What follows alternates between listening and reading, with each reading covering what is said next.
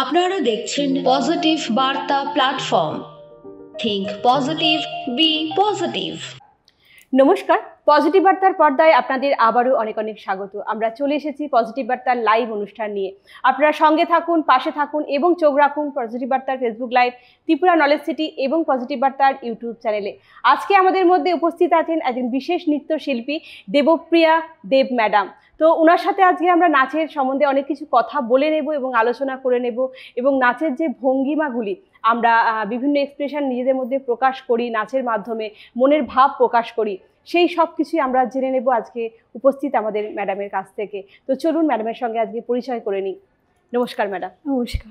আপনাকে অনেক অনেক স্বাগত পজিটিভ বার্তার প্ল্যাটফর্মে। তো প্রথমে জানতে চাইবো, পজিটিভ বার্তায় এসে আপনার কেমন লাগছে?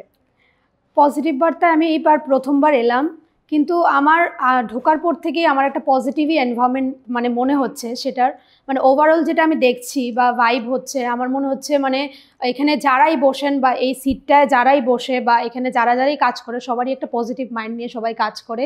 আর এই যে নামটা পজিটিভ বার্তা, সেটা দিয়ে আমরা সমাজে অনেক কিছু ভালো কিছু ছড়িয়ে দিতে পারি। আমার মনে হয় বাচ্চাদের মানে নেক্সট জেনারেশন যারা, ওরা প্লাস আমাদের এখনের জেনারেশন যেভাবে চলছে বা সামনের দিকে যেভাবে এগিয়ে যেতে পারে, ওরা যেন খুব মানে সূক্ষ্মভাবে খুব ভালো চিন্তাধারা নিয়ে যেন এগোতে পারে, প্রত্যেকটা কাজে যেন সফল পায়। এটাই আমার দেখে মনে হয়েছে সেই চ্যানেলের একদম খুব সুন্দরভাবে ম্যাডাম বলে দিলেন।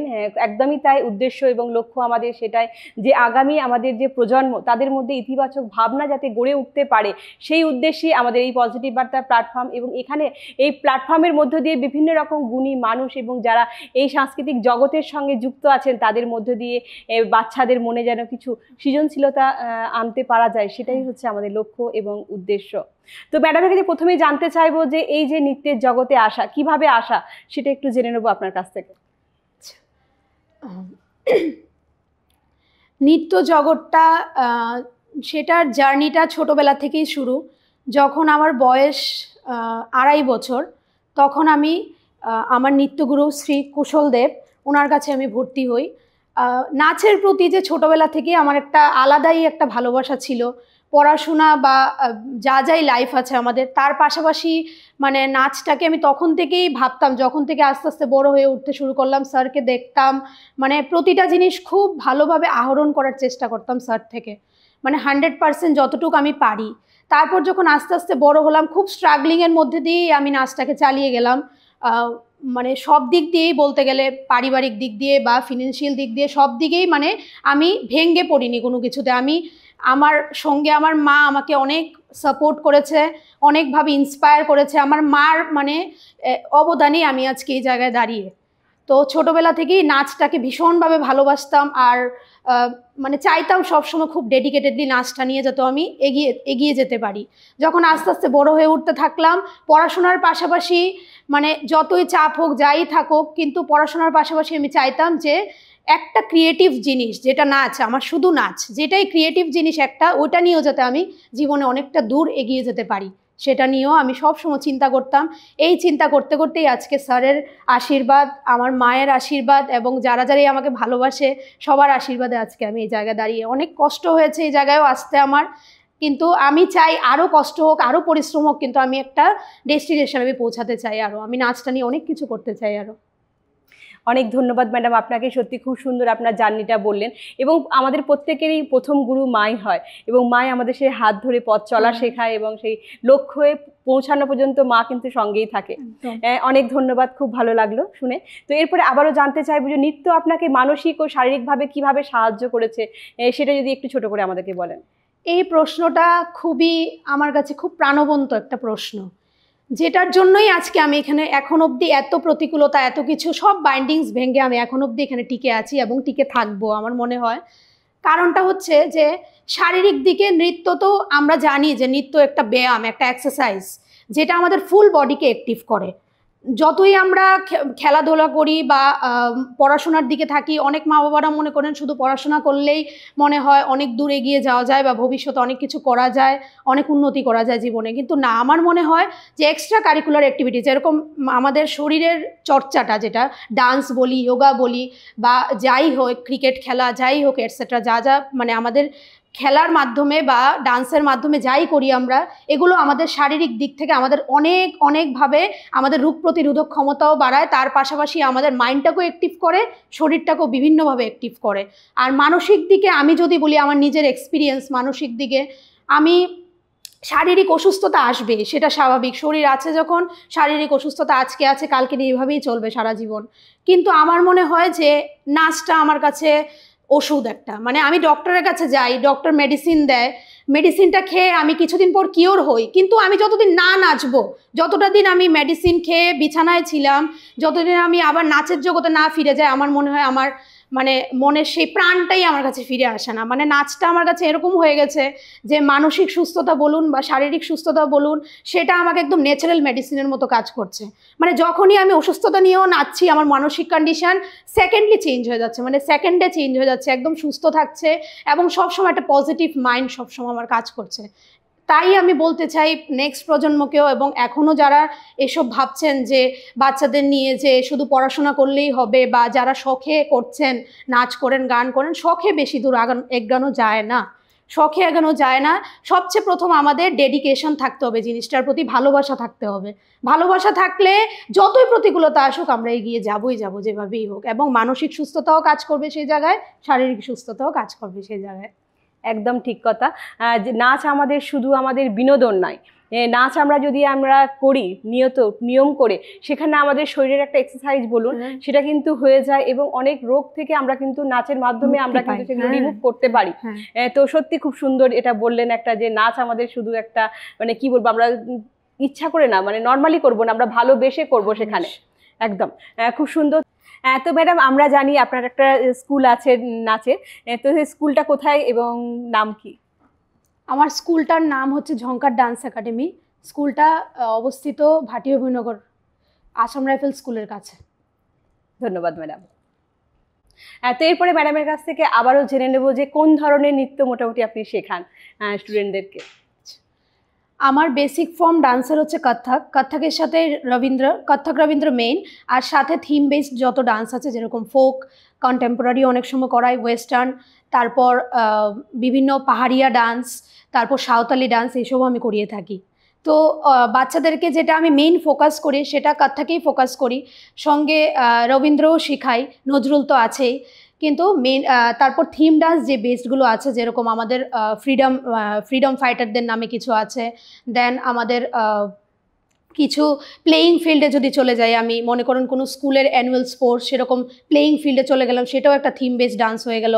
তারপর আমি পাহাড়িয়া ডান্স করতে গেলে পাহাড়ির যা যা ফর্ম আছে তা নিয়ে এলাম। মানে যে সময় যেটার থিম বেস যেগুলো চলে, সেগুলো যেটার যেই প্রোগ্রাম অনুযায়ী যে ফ্লেভার পড়ে ওইটাই, কিন্তু মেইন আমার হচ্ছে কত্থক আর রবীন্দ্র, ওইটার মধ্যেই আমি ফোকাস করি বাচ্চাদের।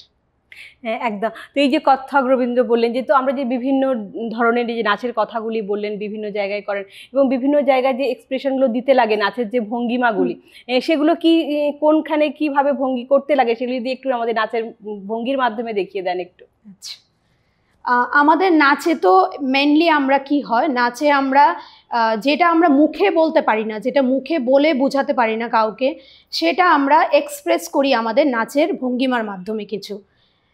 যেরকম ধরুন আমরা ফুল বুঝিয়ে নিলাম, পাখি বুঝিয়ে নিলাম, বাচ্চাদের যখন টিউটোরিয়াল শেখানো হয় তখন আমরা মুদ্রা থেকেই স্টার্ট করি। তো কিছু সেরকম মুদ্রা আমি 5-6টা মুদ্রা দেখাচ্ছি। প্রথম হচ্ছে পতাকা, তারপর ত্রিপতাকা, অর্ধ পতাকা, কর্তারি মুখ, ময়ূরা, মানে ময়ূর যখন আমরা বুঝাবো ময়ূর, তখন ময়ূরা এভাবে বোঝাবো। আবার সেম যখন আমরা সেটাকেই যখন হানিবি বা যেটাকে মৌমাছি বলি, সেটা মৌমাছির সময় এরকম হয়ে যাবে, মৌমাছি আমরা এভাবে দেখাবো, মৌমাছি এভাবে ছুটে চলে, এভাবে ছুটে চলে, সাথে মৌমাছি যখন ওর মধু খেতে যায় তখন মধুকে এভাবে টাচ করে এভাবে টাচ করে ফিরে চলে আসে। এটা আমরা হানিবির সময় এভাবে দেখাই। দেন আমরা যদি বলি ফুল দেখাবো, ফুলের 3টা পার্ট হয়, একটা হচ্ছে অলরেডি ব্লসম করা ফুল, অলরেডি ফুটে আছে, আরেকটাকে আমি আস্তে ধীরে এটা অনেক দিন লাগিয়ে সেটা ফুটলো, আরেকটা আমি ধরতে পারি এভাবে ঘুরিয়ে, সেটা একটা পাপড়ি করে খুব সুন্দর করে আমাদের সামনে ফুটে উঠলো। আরেকটা হচ্ছে পাখি, আমি যদি পাখি দেখি, পাখি ডানা মেলে ছোটোর থেকে উপরে যখন উঠে, যখন আরও ছোট হতে থাকে এরকম করে উপরে উঠছে পাখি, সুন্দর ডানা মেলে পাখি উঠছে। যখন আমি নদী দেখাই, নদী এভাবে চলে যায়। রাস্তা দেখাই, নদী আমি এভাবেও দেখাতে পারি, নদীর যে ঢেউগুলো উঠছে এভাবে দেখাতে পারি, রাস্তা দেখাতে পারি। তারপর আমরা শঙ্খ দেখাতে পারি, শঙ্খ যে বাজাই আমরা, এইভাবে একটা শঙ্খ হয় যেটা আমরা এইভাবে বাজাই, আরেকটা শঙ্খ বাচ্চাদের হয়, সেটা হচ্ছে এইভাবে ঘুরিয়ে এইভাবে আমরা ধরি শঙ্খটাকে। এটা হচ্ছে ছোট শঙ্খ, যেটা বাচ্চাটার জন্য করানো হয়। প্রত্যেকটাতেই ছোট বড় মিলিয়েই আছে। ত্রিশূল আমরা দেখাই, ত্রিশূল এইভাবে ধরি, ধরে এইভাবে দেখাই। আরেকটা ত্রিশূল আছে, এইভাবে আমরা এইভাবে ধরি, ধরে এইভাবে দেখাই। ত্রিশূলের যে মাথাটা ওইটা এইভাবে ঢুকিয়ে আমরা দেখাই। প্রতিটা জিনিসই এভাবে মানে মুদ্রার বেসিসে এভাবে নাচের যে ভঙ্গিমাগুলো আছে। দেন আমাদের 9টা রস আছে নাচের, যেটা আমরা নর্মাল জীবনে যেটা রাগ, কান্না এগুলো আছে। এগুলোর মধ্যে যেমন আমরা নাচের ভঙ্গিমাতে দেখাতে পারি রাগ হয়েছি কারোর সাথে,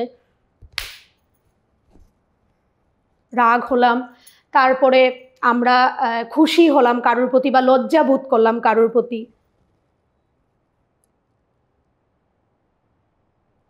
বা আমরা বোঝালাম যে অভিমান, আমাদের অভিমান বোঝালাম।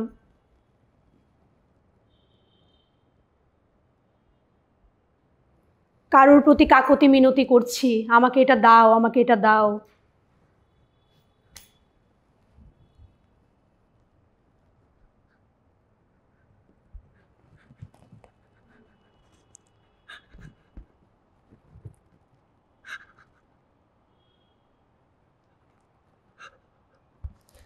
দুঃখ,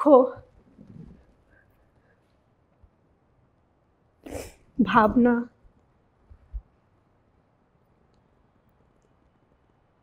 আকাশ দেখছি,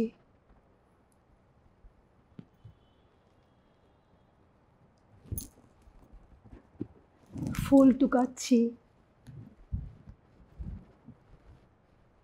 কৃষ্ণের বিগ্রহটা আমার সামনে, আমি পূজা করছি।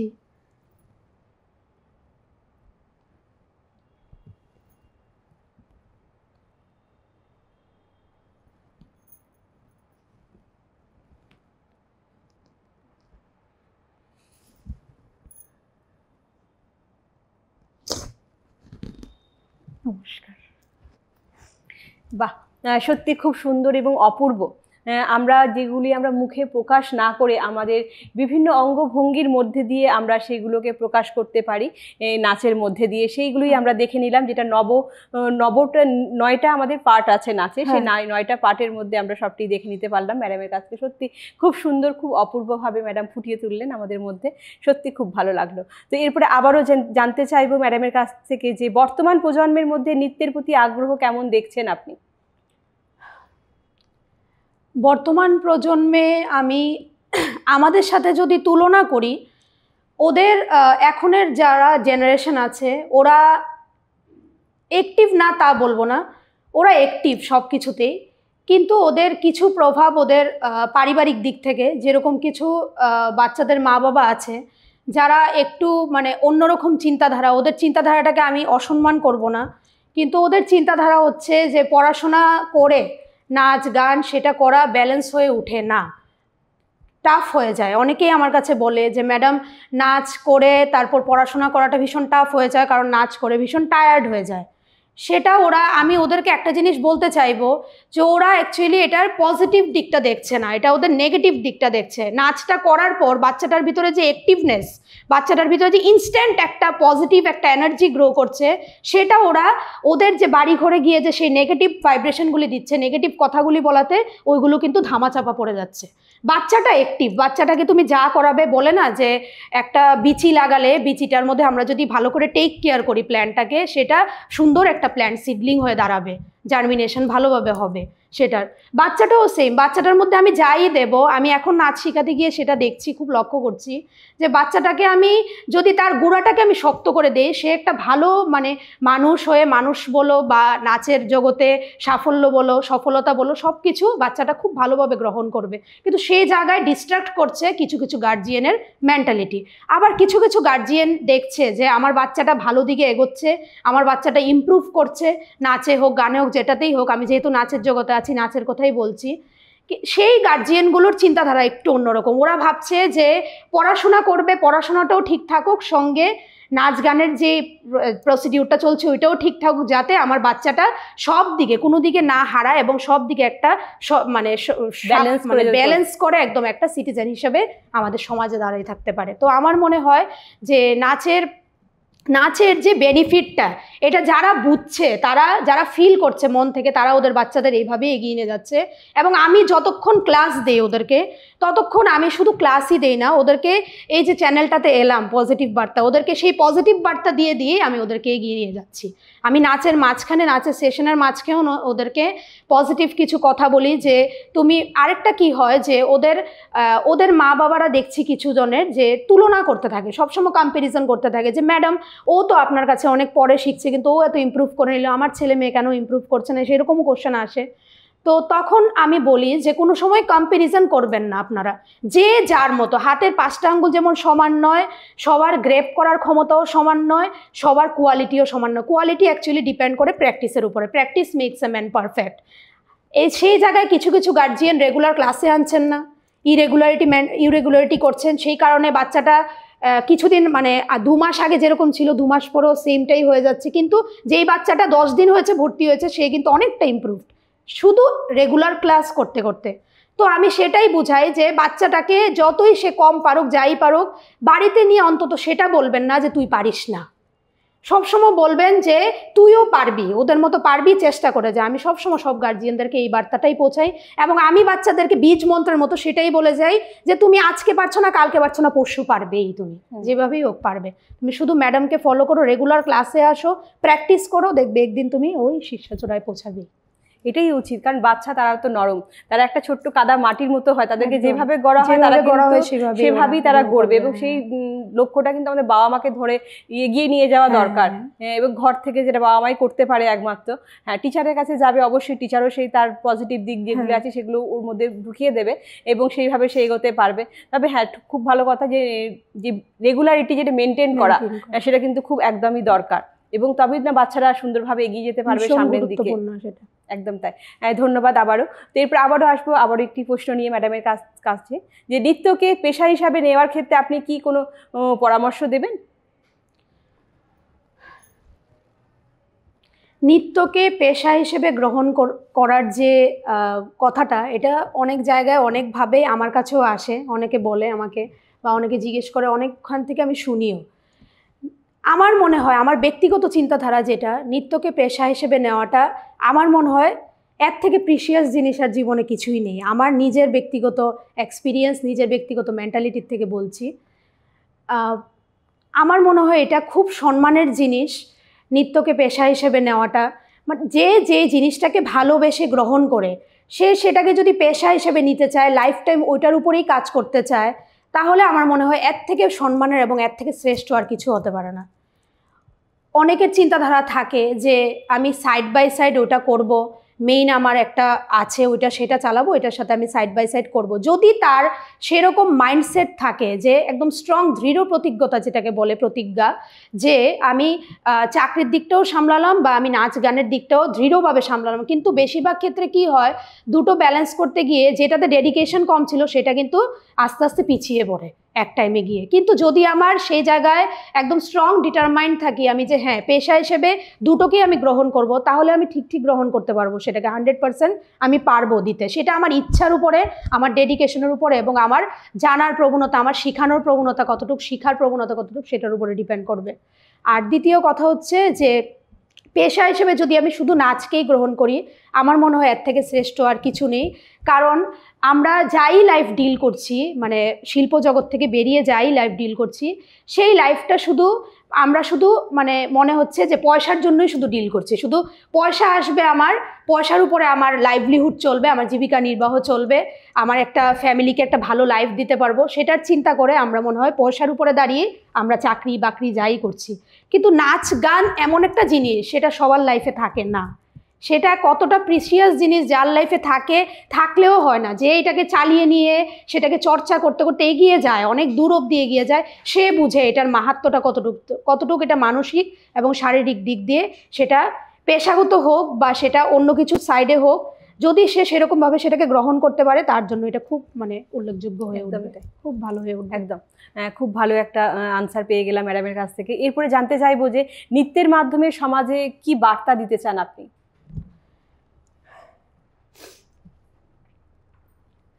নৃত্য আমাদের অঙ্গভঙ্গিমার এমন একটা গঠন যেটা আমরা যদি মনের দিক দিয়ে বলুন, মানসিক দিকে আমাদেরকে অনেকটা শক্তিশালী করে তোলে। নৃত্য অনেকটা শক্তিশালী করে তোলে মানসিক দিকে, কারণ নাচের যে প্রতিটা ভঙ্গিমা বা প্রতিটা ফিলিংস যদি আমরা মন থেকে সেটাকে উঠিয়ে নিয়ে আসতে পারি। আমরা উপর দিয়ে শুনলাম গানের ওয়ার্ডিংসগুলি, কিছুক্ষণ আগে আপনারা বলছিলেন না নচিকেতার কথা, নচিকেতার গান এত ভালো লাগে কেন? ওনার যে প্রতিটা ওয়ার্ড সেগুলো ফিল করার মতো, একদম সহজলভ্য মানুষের কাছে। সেটাই জিনিসটা নাচের ক্ষেত্রেও আমার মনে হয় যে গানের উপরে তো ডিপেন্ড করে আছে। গানের যে প্রতিটা ওয়ার্ড আমি যদি ফিল করতে পারি সেই জিনিসটাকে, যে আমার রিয়েল লাইফেও সেই জিনিসটা হচ্ছে বা সেই জিনিসটা ঘটছে, আমার হোক বা আর 5টা মানুষের হোক, সবার লাইফে সেটা ঘটছে, সেটা যদি আমি ফিল করতে পারি, নৃত্যের যে কি অপরিহার্য বা কি ওটার ইম্পর্টেন্স সেটা মানে বুঝিয়ে বলা দায়, সেটা মনে মনে যে যেটা ফিল করে সেটাই বলতে পারবে। আর দ্বিতীয় কথা হচ্ছে যে আমি যদি সমাজে নৃত্যের ইম্পর্টেন্সটা বলতে চাই, সামাজিক দিক দিয়েও আমাদেরকে নৃত্য অনেকটা শক্তিশালী, বা মানসিক দিকে হোক শারীরিক দিকে হোক অনেকটা আমাদেরকে রিলিফ করে তোলে। সামাজিক দিকে যদি দেখি তাহলে নৃত্য দিয়ে আমি দেশে বিদেশের কথা তো বলবো না, দেশে বিদেশের কথা বা আমরা নাম হয়ে গেল সেটা তো আছেই, কিন্তু আমার যে আস্তে আস্তে ভেতরের যে একটা গঠন হচ্ছে, যে আমি আজকে যেই জায়গায় ছিলাম 10 দিন পরে সেই জায়গায় নেই বা 10 বছর পরে সেই জায়গায় নেই, আস্তে আস্তে আমি রেগুলার করতে করতে যে জায়গায় গেলাম, ওই যে আমার যে সাফল্যটা, সেটার যে একটা আলাদা আনন্দ আছে ভেতরে, সেটার যে একটা আলাদা রিলিফ আছে, সেটা কাউকে বোঝানোর মতো নয়। তো আমার মনে হয় যে আজকালকার দিনের জেনারেশন হোক বা যে যারাই আছে, যে এরকম চিন্তাধারা বা যাই আছে, আমার মোটিভেশন বা আমার ইন্সপিরেশন থাকবে যে সবাই যেন নৃত্যটাকে এভাবেই গ্রহণ করে নেয়, পেশাভাবে হোক বা যেভাবেই হোক, বা মানে এইভাবেই যেন গ্রহণ করে নেয়, যেন সারা জীবন সে নৃত্যেই থাকতে পারে, যেভাবেই থাকুক, অন্য লাইফ যেভাবেই চলুক। ঠিক, একদম সঠিক কথা। এরপর আবারও আসবো ম্যাডামের কাছে, আবারও একটি ছোট প্রশ্ন নিয়ে, যে আপনার চোখে একজন আদর্শ নৃত্যশিল্পীর মধ্যে কি কি গুণাগুণ থাকা প্রয়োজন বলে আপনি মনে করছেন? আমার মনে হয় আদর্শ একজন নৃত্যশিল্পী হিসেবে, সে শিক্ষকই হোক বা সে স্টুডেন্টই হোক, সবচেয়ে আগে আমার মনে হয় ধৈর্য থাকা ভীষণ দরকার, ভীষণ জরুরি, যেটা প্রত্যেকটা পেশাতেই থাকা দরকার। ধৈর্য সেটা বেশি কাজে লাগে যখন আমরা শিক্ষক বা শিক্ষিকা হই। যখন আমি স্টুডেন্ট ছিলাম তখন দেখতাম স্যারকে বা ম্যামের কাছেও যখন করলাম পরে, তখন দেখতাম যে ওরা অনেকক্ষণ দেখানোর পর একটা টাইমে একটু বিরক্ত হয়ে যেত, যেটা একদম রিয়েল আমি বলছি। অনেক সময় ওরা বকাঝকাও দিয়ে দিত, তখন বুঝতাম না, যে তখন ভাবতাম যে স্যার ওরা এত বকাবকি করে, এত ইয়ে করে। এখন যখন শেখানোর লাইফটা শুরু করলাম লাস্ট 1 ইয়ার ধরে, তখন এখন আমি প্রতি পদে ফিল করি জিনিসটা, যে পরিশ্রম তো হবেই, পরিশ্রমটা ম্যাটার না আমার জন্য, কিন্তু ধৈর্যটা থাকা ভীষণ জরুরি। কারণ বাচ্চাদের শেখানো 4টিখানি ব্যাপার না। বাচ্চাদেরকে আমি যদি ছোটোখাটো ম্যাটার, আমি যদি এখন ক্যাজুয়ালি শিখাই এটা অন্য ব্যাপার, কিন্তু আমি যদি ওকে ডেডিকেটেডলি শিখাতে যাই যে প্রত্যেকটা জিনিস নাচের একদম ABCD, আমাদের যেমন পড়াশোনার ABCD রয়েছে, সেরকম নাচেরও যখন ABCD থেকে শুরু করে অ্যাডভান্স লেভেলটা আমি ওদেরকে শিখাতে যাই, তখন আমার ছোটোখাটো অনেক ধরনের প্রবলেমস আমার ক্রিয়েট হবে সামনে, যেটা আমাকে ওভারকাম করতে হলে সবচেয়ে প্রথম আমার দরকার ধৈর্য। ধৈর্য না থাকলে কিছু হবে না। ধৈর্য রেখে ওদেরকে এগোতে হলে আমার হাসি মুখটা দেখে ওরা এগোবে। আমি যদি সবসময় খিটখিটে হয়ে থাকি, বিরক্ত হয়ে থাকি, ওরা করতে চাইবে না। আমার পজিটিভিটিটাই ওদেরকে পজিটিভ দিকে টানবে, আমার যতটুকু লাগে। একদমই তাই। এবং বাচ্চারা কিন্তু বড়দের শেখানো পথেই বেশি এগোতে চায় এবং বড়দেরকে কিন্তু ফলো করে। আর বিশেষ করে তো টিচারদের বা স্কুলে পড়ুক বা যেখানে ডান্স টিচার, গানের টিচার, বিভিন্ন টিচারদের কিন্তু বাচ্চারা খুব ফলো করে। এবং সেখানে যদি টিচাররা যদি কোনো কথা বলে, বাড়ি গিয়ে কিন্তু সেটা না টিচার বলেছে, এটা একদম সত্যি বললেন আপনি। সেটা মানে অহরহই আমার সাথে হচ্ছে। ম্যাম যেটা বলে দেবে সেটাই তুমি বাড়িতে বোঝো না, এরকম একটা ভাব। বা মা বাবারাও কিছুভাবে, ওই বললাম একটু আগে যে ওরা তুলনা দিতে স্টার্ট করে বা নেগেটিভ কোনো কমেন্ট করতে, বাচ্চারা কিন্তু ফুলের মতো, ওরা নেগেটিভ কমেন্ট সহ্য করতে পারে না। ওরা বাড়ি গিয়ে বলছে যে না, ম্যাম বলেছে আমি পারবো, ম্যাম বলেছে আমাকে করতে। তো ওই জিনিসটা ওদের ভিতরে মানে ভেতরে এটা বসে যায় বীজ মন্ত্রের মতো, যে না, মা বাবা যাই বলুক, ম্যাম বলেছে আমি ওইখানে এগিয়ে যেতে পারবো, ওইদিকে এগিয়ে যেতে পারবো। এবং এই পজিটিভ ভাবটা যেন বাচ্চাদের মধ্যে গার্জেনরাও যাতে দিক, এটাই চাইবো আমিও, যে গার্জেনরাও যারা দর্শকরা দেখছেন অবশ্যই বলবো কম্পেয়ার করবেন না বাচ্চাদের সাথে, এবং তাদেরকে এগিয়ে যাওয়ার জন্য সেই রাস্তাটা তৈরি করে দেবেন। হ্যাঁ, তুমিও পারবে, তুমিও পারবে, তুমিও এগিয়ে যেতে পারবে, তুমিও অনেক বেটার করতে পারবে। হ্যাঁ, এই জিনিসগুলো যদি ওদের পজিটিভ ভাবে ওদেরকে বলা যায়, ওরা কিন্তু সত্যিই পারে, একদম সত্যিই পারে। এরপরে আবারও আসবো ম্যাডামের কাছে যে আরেকটি প্রশ্ন নিয়ে, প্রযুক্তি ও সোশ্যাল মিডিয়া কি নৃত্য চর্চায় কোনো প্রভাব ফেলছে আমাদের? প্রযুক্তি ও সোশ্যাল মিডিয়ার পজিটিভ এবং নেগেটিভ ইম্প্যাক্ট আমি বলছি। পজিটিভটা যদি দেখি আমরা, অ্যাপার্ট ফ্রম রিলস টিলস এসব বলছি না, যে টিউটোরিয়াল ভিডিওগুলো দেওয়া হয় ডান্সের, বা ওই যে আমাদের মুদ্রাস, আমি একটু আগে যেটা দেখালাম, মুদ্রাস দেওয়া হয়, তারপর তালের উপরে বিভিন্ন ক্লাস হয়, তারপর ধরো কোনো একটা কম্পিটিশান আছে, কম্পিটিশানের ডান্সটা ওরা নিজে তুলবে, অনেকে নিজে তুলে এসে দেখায় আমাকে যে ম্যাম দেখো আমি নিজে নিজে তুলেছি। কোথা থেকে তুলেছো? ইউটিউব থেকে দেখে দেখে তুলেছি।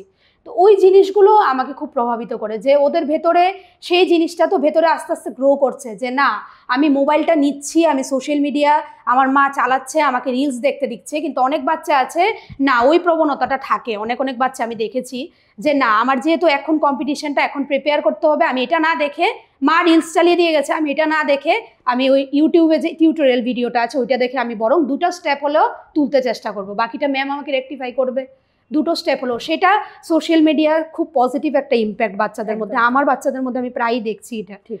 আর দ্বিতীয় আরেকটা জিনিস বলি, ওইটারই রিলস, অনেকেই অনেক কথা বলে যে বাচ্চাদেরকে দেখানো নেই। আরেকটা যেটা ভালো দিক আমি বলছি, খারাপ দিক আমার বলে লাভ নেই, রিলসের মাধ্যমেও বাচ্চাদেরকে কিন্তু অ্যাক্টিভ করা যায়। তারা কি করে, যখন একটা নাচ আমরা তুলিয়ে দেই ক্লাসে, আমি একদম রিয়েল কথাটা বলছি, যখন একটা নাচ তুলিয়ে দেই, সেই নাচটাকে কন্টিনিউ আমি বলতে থাকি প্র্যাকটিস করো, ঘরে প্র্যাকটিস করো, কিন্তু একটা টাইমে সে একা একা করছে, ওইখানে গ্রুপ ডান্স করছে এসে, তো ওইখানে ঘরে গিয়ে তার এটা প্রবণতাটা হয় না। তখন কি করে, সে একটা সেই নাচেরই একটা ক্লিপ ওরা রিলসের মাধ্যমে তুলে ধরে, তো ধরলে যখন মা চালিয়ে দিয়ে করছে, তখন কি হয়, আমি দেখছি 2-3টা বাচ্চার মধ্যে এক্সপ্রেশন ভীষণভাবে মানে গ্রো করছে ওদের মধ্যে। এক্সপ্রেশন যে জিনিসটা ক্লাসের থেকে আমার থেকে নিচ্ছে, যে এক্সপ্রেশনগুলি আমি এখন দেখালাম, বাচ্চাদের যে বেসিক এক্সপ্রেশনগুলো আছে, সেগুলো রিলসের মাধ্যমেও তাকে দেখছি ওই ওয়ার্ডিংসগুলো শুনে শুনে সে এক্সপ্রেশন দিচ্ছে। তার মা পরবর্তীকালে যখন ক্লাসে আসছে, তখন বলছে যে ম্যাডাম আপনার যে এক্সপ্রেশনগুলো আছে সেগুলো ও খুব গ্রেপ করছে, করেও ঘরে গিয়ে রিলস চালিয়ে সেই গানটারই একটা শর্ট ক্লিপ নিয়ে সেই রিলসটাকে মানে ও ভেবে ভেবে ওই এক্সপ্রেশনগুলো দিচ্ছে। ও যতটুকু বুঝে, ফুল হলে ফুল, পাখি হলে পাখি, চোখের ভঙ্গিমা হলে রাগ, ওই রসগুলিও দেখাচ্ছে। তো এই জিনিসগুলো 2-3টা ভিডিও আমি লক্ষ্য করলাম, তো ওই জিনিসগুলো খুব ভালো লেগেছে আমার দেখে, যে একটু হলো তো গুটি গুটি পায়ে এগোচ্ছে। হয়তোবা ওই জিনিসটা মানুষের কাছে নেগেটিভ হতে পারে, আমি নেগেটিভ ইম্প্যাক্টটা বলবো না, পজিটিভ টাইমে বললাম। সোশ্যাল মিডিয়াতে এই জিনিসগুলো আমার কাছে খুব আই ক্যাচিং লাগছে। হ্যাঁ, একদম। সোশ্যাল মিডিয়ায় তো আমরা মোবাইলটা খুললে আমরা নেগেটিভ জিনিসটা বেশি আসে আমাদের কাছে, এবং বাচ্চারা কিন্তু বেশিরভাগ নেগেটিভ জিনিসটাই আকর্ষণ করে, এবং সেই জায়গায় বলবো যে একটু ফলো রাখতে গার্জেনদেরকে, যে বাচ্চারা মোবাইলটাকে কিভাবে ইউজ করছে, ভালো কাজে না খারাপ কাজে। তো যদি একটু গার্জেনরা পাশে থাকে, একটু দেখে, নজর দেয়, তাহলে কিন্তু বাচ্চারা সেই নেগেটিভ দিকে যাওয়ার সুযোগটাও অতটা পাবে না, এবং তাদের মধ্যে যে ক্রিয়েটিভ যে জিনিসগুলো তৈরি হওয়ার কথা, যেগুলো ভালো জিনিস, যে হ্যাঁ ঠিক আছে আপনার কাছে ডান্সটা শিখে এলো, সেই ডান্সের যে মুভমেন্ট যেগুলো আছে, যে ক্লিপগুলো আছে, সেগুলো দেখলো, সেটা কিন্তু খুব ভালো একটা কাজে লাগবে তার জীবনে গড়ে ওঠার জন্য। সত্যি অনেক ধন্যবাদ। তো এরপরে ম্যাডামের কাছ থেকে আবারও জেনে নেব যে ম্যাডামের জীবনে কোনো যদি স্মরণীয় ঘটনা থাকে আমাদের সাথে শেয়ার করার জন্য। স্মরণীয় ঘটনা, আমি যখন স্টুডেন্ট ছিলাম তখন আমাদের গুয়াহাটিতে একটা ইন্টারন্যাশনাল একটা ওয়ার্কশপ হয়েছিল, পণ্ডিত বিরজু মহারাজজির একজন স্টুডেন্ট উনি করিয়েছিলেন, সাথে মমতা শঙ্কর ম্যাডামও ছিলেন। তখন আমরা ফর্ম ফিল আপ করি স্যারের কাছ থেকে। তখন আমার যে বয়স ছিল ওই বয়সের পরিমাপ ওইখানে ছিল না, আমার সিনিয়র যারা ছিল ওরা 3-4 জন ফর্ম ফিল আপ, ওদের সাথে আমি স্যারকে বলেছিলাম যে স্যার আমি ফর্ম ফিল আপ করতে চাই। তখন স্যার বলছিল যে তোর তো বয়স তখন হবে না, তুই এখন না, নেক্সট ইয়ার বা 2-3 বছর পরে যখন হবে তখন। আমি বললাম তখন যে স্যার আমি দিতে চাই, দেখি না, অ্যাটেন্ড করতে চাই, যদি হয় তাহলে। তারপর বয়স সেরকমভাবে একটু 1-1.5 বছর বয়স বাড়িয়ে সেরকমভাবে ফর্ম ফিল আপ হয়েছিল। তখন ওইখানে গেলাম, 3 দিনের করলাম, ওয়ার্কশপ করলাম। আমার এক্সপিরিয়েন্সটা মানে আমি এখনও যে বলছি আমার গায়ে কাটা দিচ্ছে। মানে আমার সেখানে গিয়ে চোখ দিয়ে জল এসে পড়েছিল। মানে যখন আমি মমতা শঙ্কর ম্যাডামকে সামনে থেকে আমাদেরকে টিউটোরিয়াল দিচ্ছিলেন উনি, প্লাস বলছিলেন যে আমার মতো এরকম 2-3 জনও এরকম ফিল আপ করেছিল গুয়াহাটির, তখন বলছিলেন যে তোমরা যে এত মানে এই বয়সে যে আমি যেটা দেব, বা ওনার সঙ্গে যে আরেকজন ম্যাডাম ছিলেন বলছিল আমরা যেটা দেব সেটা যে গ্র্যাব করার মতো আমরা সেইভাবেই বয়স সীমাটাকে রেখেছিলাম। কিন্তু পরে তারা জানতে পেরেছে যে বয়সের তখন বলছিল, কিছু বলেনি, তখন বলেছে যে এই যে পজিটিভ যে চিন্তাধারাটা করে যে আমি পারবো, আমি যাই, আমি বড়দের সঙ্গেও পারবো, বা ওইসব যে বড় বড় শিল্পীরা আছে যারা অন্য জায়গায় চলে গেছে এখন, ওদের সঙ্গেও আমি তাল মিলিয়ে পারবো। এই যে তালিম নেওয়াটা, সঙ্গে পারি না পারি তালিমটা যে নেওয়াটা, সেটা যে কত বড় একটা মানে ম্যাডামের কথাটা যে কত বড়, ম্যাডাম আশীর্বাদ করেছিলেন তখন, মানে এখনও আমার গায়ে কাটা দেয়। আমি এখন তখন অনেক ছোট, তখনই আমি কত্থকের 108টা ঘোড়া, সাথে 9টা যে রস আছে, সঙ্গে ক্লাসিক্যাল কত্থক ক্লাসিক্যাল বেসড 2টা তারানা করেছিলাম, সাথে একটা কৃষ্ণ বন্দনা করেছিলাম। ম্যাডাম ছিলেন, ম্যাডামই টিউটোরিয়াল দিয়েছিলেন। তো ওইটা আমার অনেক বড় একটা পাওনা ছিল। মানে ওইটা আমি ভাবিনি যে আমার এত বয়সে ওদের সাথে গিয়ে আমি এরকম, মানে আমি কোনোদিনও স্বপ্নেও চিন্তা করিনি ওই জিনিসটা। তারপর এটা গেল, তারপর গেল গুয়াহাটিতেই আরেকটা এই ইন্টারন্যাশনাল মানে থেকে এই অ্যানুয়াল স্পোর্টসের একটা ওদের প্রোগ্রাম, ওইখান থেকে ত্রিপুরার কিছু স্টুডেন্টসকে ওরা করেছিল, ইনভাইট করেছিল। হ্যাঁ, তো তখনও ওই স্যারের মাধ্যমেই আমি গেছিলাম আর কি তখন গুয়াহাটিতে। তখনও খুব ভালো ওরা মানে টিউটোরিয়াল প্লাস ওয়ার্কশপ একটা ভালো করিয়েছিল। তারপর লাস্ট 2024-এ কুমার শর্মা এসেছিলেন। কুমার শর্মার যে কত্থক ক্লাসিক্যাল বেস যে ওয়ার্কশপটা 3 দিনের ছিল, ওটা করেছিলাম। আমার স্টুডেন্টরাও করেছিল, 14 জনের মতো ওরা করেছিল, আমিও করেছিলাম। তো ওইটাও আমার একটা অনেক অনেক বড় পাওনা। ওইটার মধ্যে উনি একটা কত্থক ঘরানারই একটা তাল শিখিয়েছিলেন 16 মাত্রার। ওই তালটাতেই আমি মানে খুব ভালো শিখেছিলাম। ওইটা প্রচুর প্রায় 500 জন একসঙ্গে করেছিলাম, আর রিপ্রেজেন্টেশনটাও হয়েছিল রবীন্দ্র ভবনে। তো গুয়াহাটির মধ্যে হ্যাঁ, না ওইটা আগরতলাতে হয়েছিল। উনি আগরতলাতে লাস্ট ইয়ার জুনে এসেছিলেন তখন। মানে ওইটাও আমার কাছে অনেক বড় পাওনা ছিল। সত্যি এটা তো স্মরণীয় মুহূর্তই বলবো আমি, যে এরকম মহান মানুষদের সঙ্গে সংস্পর্শে আসা এবং ওনাদের কাছে কিছু পাওয়া, আশীর্বাদ। তারপর আরেকটা ছিল ক্লাস একটু ছোট, 8-9-এ পড়ি তখন। পদ্মিনী ম্যাডাম, চিন্ময় স্যার আর পদ্মিনী ম্যাডামের স্টুডেন্ট যে শুভঙ্কর দা, ওরা 3 জন, ওদের 3 জনের মানে একটা ওয়ার্কশপ করেছিলাম সুকান্ত একাডেমিতে। প্রায় 2000-3000 মতো স্টুডেন্ট ছিল। এখনও মনে আছে, ম্যাম যাকেই পা উল্টাপাল্টা করতে দেখতো পায়ের মধ্যে বাড়ি দিত, এসে পা লাল করে দিত একদম। মানে আমার সঙ্গে যারা ছিলেন 2-3 জন, মানে ইভেন আমিও পায়ে বাড়ি খেয়েছি, এটাও কথা আছে, আমিও পায়ে বাড়ি খেয়েছি।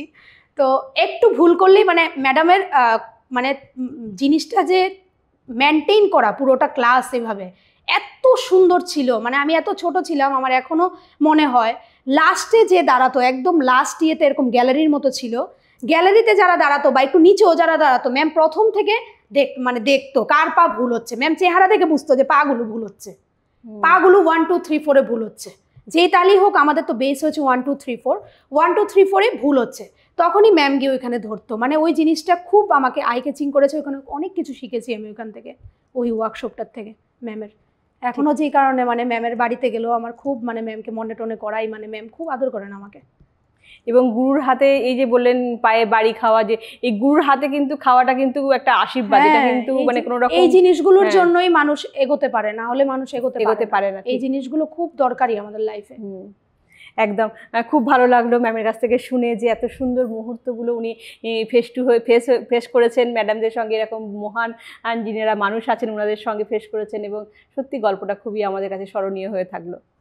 অনেক ধন্যবাদ দেব। আমাদের অনুষ্ঠানে আজকে ম্যাডাম উপস্থিত হয়েছেন, ওনার মূল্যবান সময় দিয়েছেন পজিটিভ বার্তার প্ল্যাটফর্মে। এবং বলবো যে আমাদের অনুষ্ঠান আপনাদের কেমন লাগছে অবশ্যই কমেন্ট করে জানাবেন, এবং আমাদের আগামী অনুষ্ঠানগুলো দেখার জন্য বলবো চোখ রাখতে পজিটিভ বার্তার Facebook live, Tripura knowledge city এবং পজিটিভ বার্তার ইউটিউব চ্যানেলে। আপনারা সকলে ভালো থাকবেন, সুস্থ থাকবেন। আজকের মতো অনুষ্ঠান আমরা এখানেই সমাপ্ত করছি। নমস্কার। নমস্কার।